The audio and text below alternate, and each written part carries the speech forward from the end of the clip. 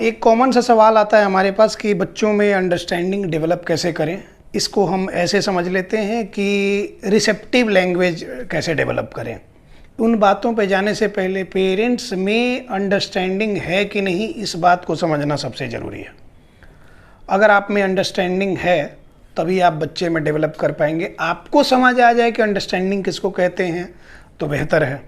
अब ये बातें क्यों कह रहे हैं, एक एग्जांपल से समझिए। अभी 2 सप्ताह पहले की बात है, यूपी में कहीं से हैं उन लोग, हमारे साथ लगभग 7-8 महीने या साल भर हो गया जुड़े हुए। बच्चे की जो प्रॉब्लम थी काफ़ी हद तक वो इम्प्रूव कर चुका है। कुछ समय पहले बच्चे की तबीयत ख़राब हुई, एंटीबायोटिक पे इन लोग रखा लंबे समय तक। बच्चे में रेग्रेशन आया। रेग्रेशन आने से क्या हुआ कि बच्चे में जो भी सिम्टम्स हैं, बहुत सारे इश्यूज फिर से आने लग गए या फिर उसका एग्रेशन बढ़ गया, वो चीज़ों पे कोऑपरेट नहीं कर रहा, रेस्टलेसनेस बढ़ गई। ठीक है, अब वो उस तरह से कोऑपरेट नहीं कर रहा, पेरेंट्स एक्सेप्ट करने को तैयार नहीं है कि हाँ ये थोड़ा सा बैक हुआ है, तो अभी पोलाइटली साइकोलॉजिकली उसको मोटिवेटेड करते हुए अपने साथ कोऑपरेट करने के लिए करें, उसको फोर्स कर रहे हैं अगर, तो उसमें बच्चे में प्रॉब्लम बढ़ सकती है। और उन लोग फिर लेके आए असेसमेंट पर्पस से 1 वीक के लिए। ये अच्छी बात है, उनने अच्छा स्टेप लिया कि फिजिकली चले आए। बच्चे में हमने ऑब्जर्व किया कि जो बच्चा 1 महीने पहले जिस तरह से जा रहा था उसमें कुछ रेग्रेशन दिखा तो पेरेंट्स को ये बताया गया कि ये इश्यूज हैं और कहा गया कि इस पे आप काम कीजिए, 1 आध सप्ताह 10 दिन में फिर से वो स्टेबल हो जाएगा और फिर से उसी स्पीड को पकड़ लेगा। अब यहाँ पे ये समझने वाली बात है कि उन लोग इस चीज़ को एक्सेप्ट करने को तैयार नहीं है। जैसा हमने बोला, उनको ये लगता है कि वहाँ तक गया तो फिर बैक क्यों हो रहा है। ये क्लास की पढ़ाई नहीं है कि क्लास 1 से 5वीं में चला गया तो 5वीं से फिर बैक क्यों हो रहा है या बैक नहीं होना चाहिए, या फिर ये क्लास की पढ़ाई नहीं कि हमेशा आगे बढ़ते रहना चाहिए। ये न्यूरो डेवलपमेंटल डिसऑर्डर जिन बच्चों में है, इसके सिम्टम्स हैं कि कुछ रेग्रेशन सिचुएशन के हिसाब से आ सकता है। लंबे समय तक जब आप बीमार पड़ जाएंगे, लंबे समय तक आपका अच्छा चलता हुआ काम रुक जाएगा, तो आप स्ट्रेस, एंजाइटी, डिप्रेशन में आ जाएंगे। बच्चों के साथ भी कुछ ऐसा सिचुएशन ऐसे बदल गई तो थोड़ा वो बैक हुआ। आपको ये समझना पड़ेगा, और नहीं समझेंगे तो फिर आप अपने हिसाब से फोर्स करेंगे और बच्चे में प्रॉब्लम बढ़ जाएगी। और प्रॉब्लम बढ़ जाएगी, अब आप फिर से उसको ट्रैक से इधर उधर लेके चलने लग गए। अब वो प्रॉपर ट्रैक पे जा रहा था, आपने ट्रैक से उतार दिया और उसको फोर्सफुली ये करने लग गए कि नहीं तुम तो इतना कर रहे थे, अब इतना ही क्यों कर रहे हो। तो ये वाली बात सबसे पहले हर केस में समझने की ज़रूरत है कि बच्चों को फोर्स नहीं करना है, उनको फिजिकल ऑब्जेक्ट तो कभी नहीं समझना है, उनको साइकोलॉजिकली ट्रेन करना, मोटिवेट करना, उस हिसाब से उनको आगे लेके बढ़ना, तो वो प्रोडक्टिव होंगे। तो ही वो धीरे धीरे, वो ग्रेजुअल प्रोग्रेस होगी लेकिन मेन स्ट्रीम की तरफ बढ़ने लगेंगे। और आप बार बार फोर्स करेंगे तो फिर वो बैक ही जाएगा, कभी भी आगे नहीं बढ़ेगा। बहुत सारे लोगों में ऐसा हमने देखा, पेरेंट्स नहीं समझना चाहे, फोर्सफुली उन्होंने करना चाहा बच्चे के साथ काम, और वहाँ से प्रॉब्लम्स बढ़ती ही गई, फिर वो कभी भी ट्रैक पे वापस नहीं आया। तो इस बात को ध्यान रखें। कमांड फॉलोइंग या रिसेप्टिव लैंग्वेज प्रैक्टिकली कैसे समझेंगे कि डेवलप हो रहा नहीं हो रहा। एक सिंपल सा एग्जांपल ये लीजिए कि एक बच्चा है, उसको हमने कहा कि यहाँ 10 सामान रखा हुआ है टेबल पे, वहाँ से जाके फ़ोन उठा के लेके आ जाओ। फ़ोन हमने बोला और वो गया, फ़ोन उठा के लेके चला आया। उसी फ़ोन के बगल में पेन है, हमने कहा कि जाओ वो पेन उठा के ले आओ, फिर वो जाके फ़ोन ही उठा के लेके आया। वहीं बगल में ग्लास है, हमने कहा कि वो ग्लास उठा के लाओ, फिर वो जाके फ़ोन ही उठा के लेके आया। हमने उसको कहा कि वहाँ चॉकलेट है, चॉकलेट उठा के लेके आओ, इस बार वो चॉकलेट उठा के लेके आया। फिर हमने कहा कि वहाँ पे कोई एक्टिविटी, कुछ भी जो उसको पसंद हो, कहा कि वो एक्टिविटी का सामान रखा है वो उठा के लाओ। मान लिया कि डॉगी कह दिया, एलिफेंट कह दिया, कुछ उस तरह का प्रॉप के तौर पे रखा है, वो उठा के लेके आ गया। इन बातों से आपको, इतनी सारी बातों में क्या समझ आ रहा है कि जो बात बच्चे को पता है, भले वो बोल नहीं सकता है, लेकिन पता है कि ये ऑब्जेक्ट है, वो उसको जाके आसानी से उठा के लेके चला आ रहा है। मतलब ये उसकी अंडरस्टैंडिंग, उसकी मेमोरी में ये चीज़ें फीड हो गई कि ये फ़ोन है, ये चॉकलेट है, ये जो भी वो खिलौना टॉय था वो है, उसके मतलब की ही चीज़ है, लेकिन उसके दिमाग में वो फीड है, इसलिए वो जाके उठा के लेके चला आया। उस टेबल पे पेपर वेट रखा था, नहीं समझ आया उसको। उस टेबल पे पेन रखा था, नहीं समझ आया उसको। ये सारी बातें उसको समझ नहीं आई। समझ नहीं आई इसलिए उसने अपने एक्शन में वो चीज़ नहीं किया, उसको कॉपी नहीं किया, उस चीज़ को उठा के लेके नहीं आया, वो कमांड फॉलो नहीं ले पाया, नहीं कर पाया। तो कहने का मतलब ये है कि हम हमेशा बताते हैं, जब भी स्पीच से रिलेटेड कुछ वीडियोज़ बनाए उसमें बताया कि अगर आप बच्चे से मीनिंगफुल स्पीच चाहते हैं या फिर नीड बेस्ड भी स्पीच चाहते हैं, फ्लुएंसी के साथ वो बोले, तो उसके लिए 3 से 4 हज़ार वर्ड्स मीनिंगफुल होने चाहिए, उसके दिमाग में फिट होने चाहिए, और तब वो उसके अकॉर्डिंग काम करेगा और सारी बातें अपनी एक्सप्रेस करेगा, ज़रूर करेगा आपसे।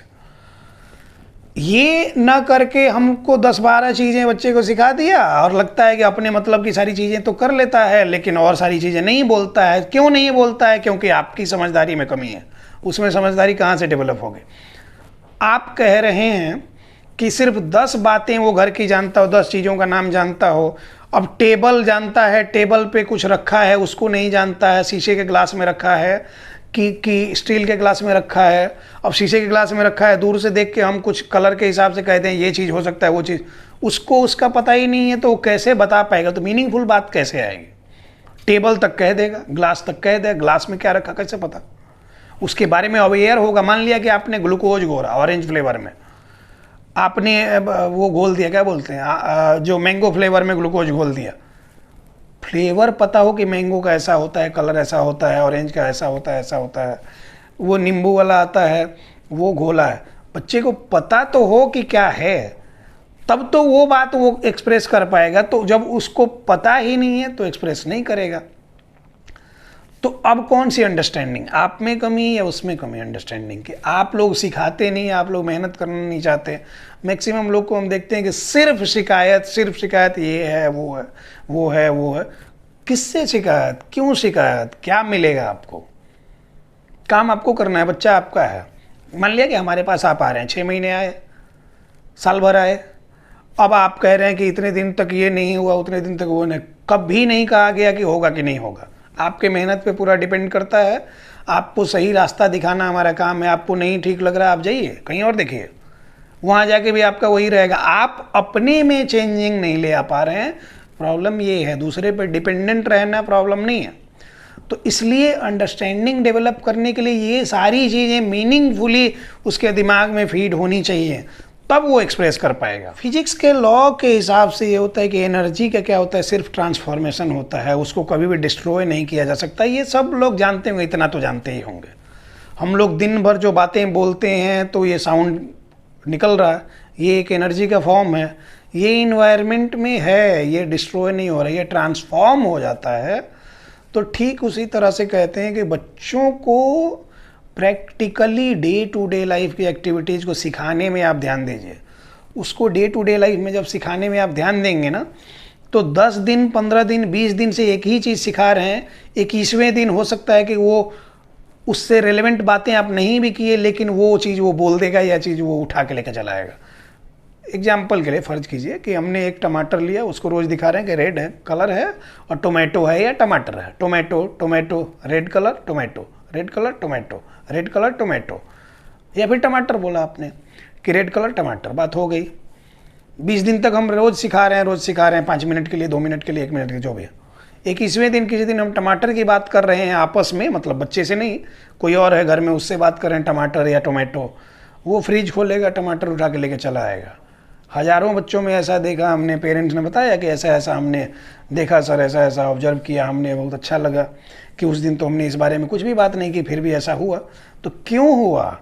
वो जो चीज़ें आपकी एनर्जी, जो साउंड वाली एनर्जी थी, वो वोकल जो आप ये कर रहे थे, उसके कान में बार बार वो चीज़ें जा रही हैं, और उसके मेमोरी में बार बार लेयर बाई लेयर वो बैठते जा रहे हैं, और उस दिन उसने वो एक्सप्रेस कर दिया, क्योंकि उसको वो प्रोसेस कर गया, और प्रोसेस करके उसने एक्सप्रेस कर दिया। इसलिए आपका पढ़ाया हुआ, सिखाया हुआ बेकार नहीं गया। अब आप ये चाहते हैं कि आप एक बार कहें और एक बार में बच्चा बात को समझ जाए तो एज गैप तो देख ले, 30-35 साल का एज गैप है। आप अपने बराबर चाहते हैं उसको क्या?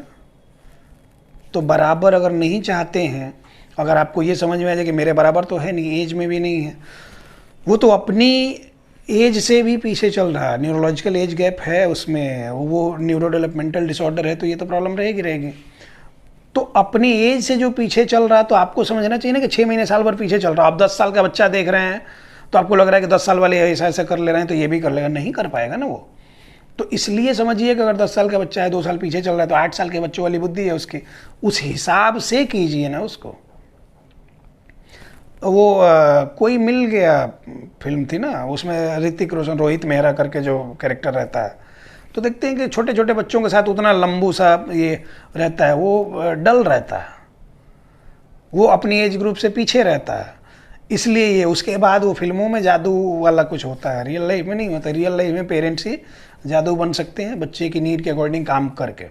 तो इस बात को ध्यान रखें, बच्चे की जो नीड है, नीड के अकॉर्डिंग उसके प्रोटोकॉल्स होते हैं, उसके प्रोसीजर्स होते हैं, थेरेपी के अप्रोचेज होते हैं, उसके अकॉर्डिंग जब आप काम करते हैं तो बच्चे में पहले महीने से इम्प्रूवमेंट होती है। और जैसे जैसे जब जब नीड होती है, टाइम टाइम पे रिव्यू वगैरह होना और उसके अकॉर्डिंग प्रोटोकॉल्स होते हैं, और तब आप काम करेंगे, बच्चा इंप्रूव होते जाएगा डे बाय डे, कोई कन्फ्यूजन नहीं रहेगा। आप काम नहीं करेंगे, बच्चे में इंप्रूवमेंट नहीं होगी, इस बात का ध्यान रखें। अब कमांड फॉलोइंग और अंडरस्टैंडिंग डेवलप करने के प्रैक्टिकल पर्पस से वीडियोज यहाँ एंड स्क्रीन पे आपको मिल जाएंगे, क्योंकि एक ही बात को बार बार रिपीट करना, वीडियो में डाल देना ठीक नहीं होता। एंड स्क्रीन पे 2 वीडियो मिलेंगे, एंड स्क्रीन को देखिएगा, उस वीडियो में जाके प्रैक्टिकल अप्रोचेज भी हैं, लेकिन सिर्फ वीडियो के भरोसे नहीं रहिए। अपने बच्चे के लिए कहीं डॉक्टर, थेरेपिस्ट के पास जरूर जाइए, प्रॉपर गाइडेंस में काम कीजिए। धन्यवाद।